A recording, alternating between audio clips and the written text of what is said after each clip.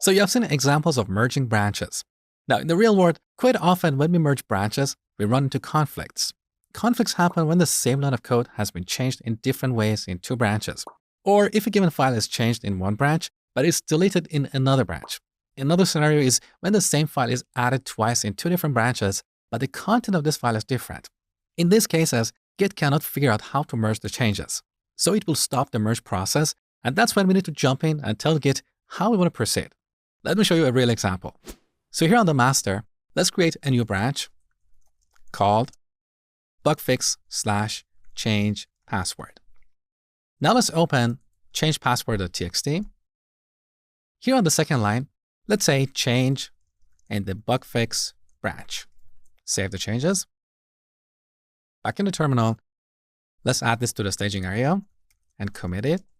We can say update change password.txt. Of course, this is not a good commit message because it's tied to a particular file, but it's fine for this demo, so let's move on. All right, so we changed this file in this branch. Now let's switch to the master branch and update the same file in a different way. So let's open it. Here on the second line, I'm going to say change in the master branch.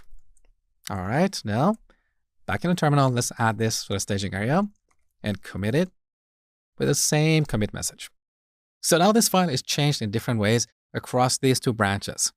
So when we run git merge bugfix/change password, we get a conflict. We get a merge conflict in change password.txt.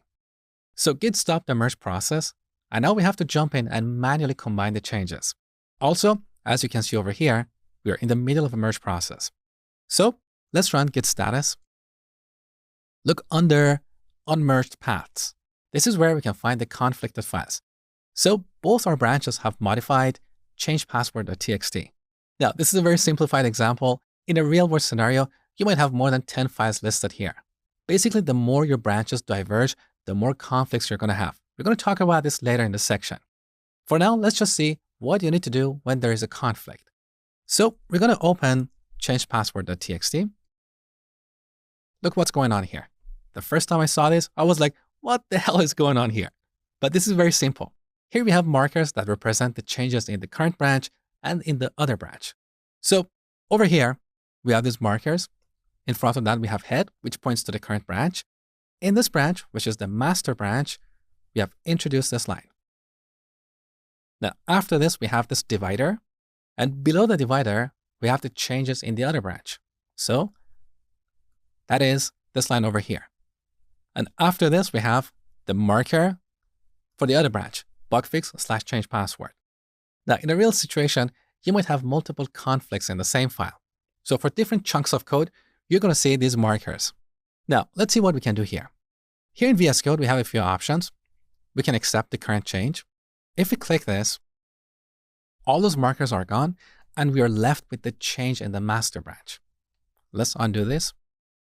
Alternatively, we can accept the incoming change. So once again, all the markers are gone, and now we have the change in the other branch. Let's undo this. Another option is to accept both changes. Let's undo this again. So here are the options in VS Code. We also have third-party merge tools for handling conflicts. We'll talk about them in the next lesson. But before we get there, let me show you a different way of resolving conflicts. We can manually edit this file by hand and remove these markers. So I'm going to remove the head marker. Okay. I'm also going to remove the divider and the second marker. So here we have changes in both these branches. We can reorder them, so we can put this one first. So this is how we are manually merging the changes.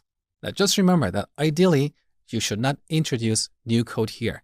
So here we should not add a new line of code because this line of code was not introduced in any of these branches. It's a new line that we're adding in a merge commit. If we do this, this merge commit is referred to as an evil commit because it's introducing changes that didn't exist in any of these branches. The whole point of a merge commit is to combine changes across two branches, right? So as much as possible, try not to introduce new changes here. But I know in real world situations, sometimes this is not avoidable. There are cases where you need to manually edit the changes and introduce something new. Now let's delete this line, save the changes. Back in the terminal, we have to add this file to the staging area. Why? Because this is what we're proposing for the next commit, right? So now let's run git status. We no longer have unmerged paths, which means we no longer have conflicts. So we have modified this file, change password.txt. Now we run git commit. We can leave out the message option and accept the default message, merge branch bug fix into master. So let's close this. Back in the terminal, we're done with the merge.